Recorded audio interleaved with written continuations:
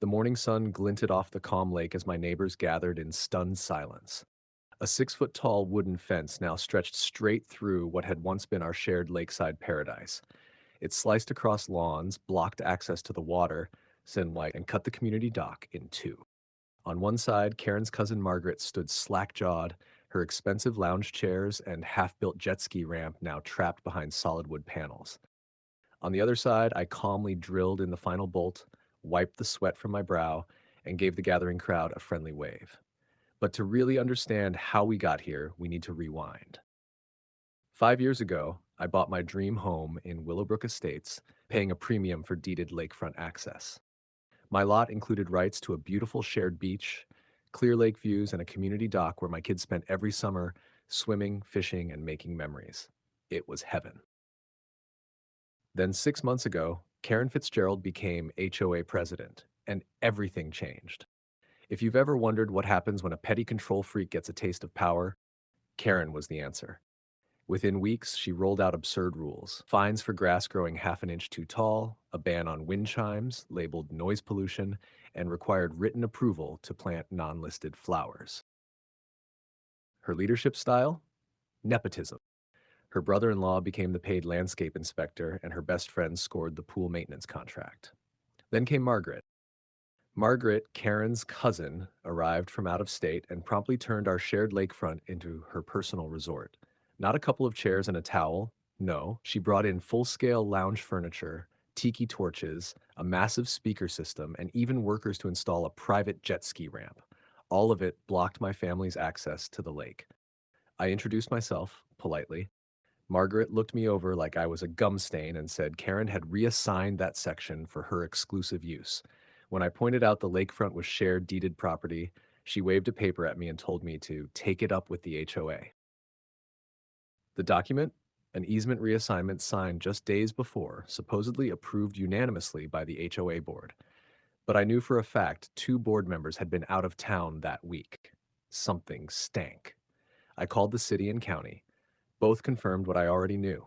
The lakefront access was deeded to specific lots, including mine. The HOA had zero authority to alter that. Any changes required legal agreements with all property owners involved. Karen's little document was legally meaningless. At the next HOA meeting, I calmly presented this information. Karen turned purple. She shrieked that the HOA had passed new bylaws granting them waterfront management powers and warned I'd be fined $500 per day for interfering. She even produced another sketchy document supposedly proving this vote had taken place at a special meeting no one remembered attending. Meanwhile, Margaret continued her lakeside takeover, throwing loud parties, littering, and telling my 8-year-old daughter she wasn't allowed to swim because it was now private property. That was the last straw. As a contracts lawyer, I got to work. I dug through everything: my original purchase documents, the property survey, HOA bylaws, and 2 decades of meeting minutes. What I found was simple and powerful. The lakefront rights were irrevocably deeded. The HOA charter explicitly stated they had no authority over them. Worse, for them, any unauthorized interference made the board members personally liable. I drafted a formal notice: 72 hours to vacate and restore access or face legal action. Karen and Margaret showed up the next morning with a so-called lawyer in tow. He looked like he'd learned law from daytime TV. They tried threats, bribes, even offered to waive my HOA fees for a year if I'd back down. Margaret proposed my family could use the lake on alternating Wednesdays. I declined and showed them my credentials. They left in a fury. 72 hours passed. Margaret did nothing, unless you count adding more furniture and starting construction on a shade structure. So I initiated phase two. I hired a professional surveyor. The results showed the lakefront access was split cleanly down the middle. Margaret's setup sprawled well across both sides. Armed with the survey and proper permits, I hired a fence crew. Word spread quickly. By the time I arrived at 6 a.m. with materials, half the neighborhood was buzzing with curiosity. We installed the fence right along the boundary, straight as an arrow from property line to water, splitting the dock and beach in half. At 7 a.m., Margaret appeared, coffee in hand, just in time to see the last panels going up around her lounge chairs.